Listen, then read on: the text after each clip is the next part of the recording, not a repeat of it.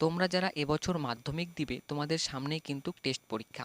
তাই আজকে আমি তোমাদের বাংলা রচনা সাজেশন দিব। তো এই যে রচনাগুলো রয়েছে এই রচনাগুলো তোমরা যদি ভালোভাবে করতে পারো তাহলে কিন্তু টেস্ট এবং ফাইনাল দুটোরই কিন্তু কাজে লাগবে। তো চলো একে একে দেখে নেওয়া যাক। তো সাজেশন দেওয়ার আগে তোমাদেরকে আমি কয়েকটা কথা বলে নিই। তো দেখো, যেহেতু তোমাদের টেস্ট পরীক্ষার প্রশ্নপত্র স্কুলের শিক্ষক শিক্ষিকারা তৈরি করবে, সেক্ষেত্রে কিন্তু তোমাদের রচনা একটু বেশি করে রেডি করতে হবে। তোমরা যদি কেউ ভেবে থাকো যে দু তিনটে রচনা তৈরি করব, টেস্টে কমন পেয়ে যাব, এমনটা কিন্তু হবে না।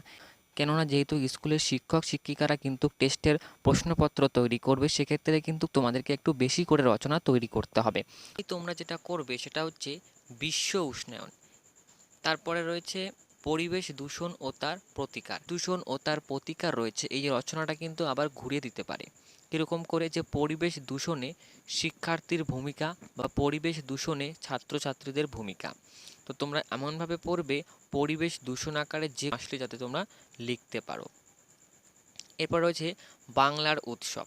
তো বাংলা উৎসবের পরে রয়েছে বাংলার ঋতু বৈচিত্র্য, তোমার জীবনের লক্ষ্য, বিজ্ঞানের কুফল ও সুফল বা ভালো মন্দ। এই যে যে কয়খানা ছয়টা রচনা আছে, তো এই ছয়টা রচনা করলেই কিন্তু হয়ে যাবে। এবার এবার এই যে বিশ্ব উষ্ণায়ন, এই বিশ্ব উষ্ণায়ন না দিয়ে দিল গ্লোবাল ওয়ার্মিং। তো যে কোনোভাবে কিন্তু ঘুরিয়ে আসতে পারে, তো সেরকমভাবে কিন্তু করতে হবে। তো অতিরিক্ত তোমরা কিছু করতে পারো, যেমন কারেন্ট অ্যাফেয়ার যে রয়েছে সেগুলো তোমরা কিন্তু দেখতে পারো, তাহলে অনেক ভালো হবে। এবার